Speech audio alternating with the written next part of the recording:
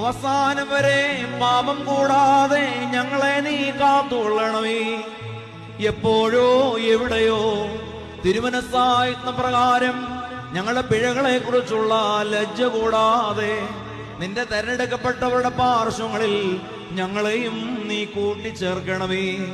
തന്മൂലം സകലത്തിലും എന്നോലെ ഈ കുർബാന വഴിയായും സകലത്തിലും ബഹുമാന്യവും വാഴ്ത്തപ്പെട്ടതുമായ നിന്റെ തിരുനാമം ഞങ്ങളുടെ കർത്താവായ യേശു മശിഹായോടും സകലത്തിലും പരിശുദ്ധനും ഉത്തമനും ഒന്നിനും ജീവൻ നൽകുന്നവനും സാരാംശത്തിൽ നിന്നോടൊന്നായിരിക്കുന്നവനുമായ നിന്റെ റൂഹായോടും കൂടെ സ്തുതിക്കപ്പെട്ട് പുകഴ്ത്തപ്പെടുമാറാകണമേ.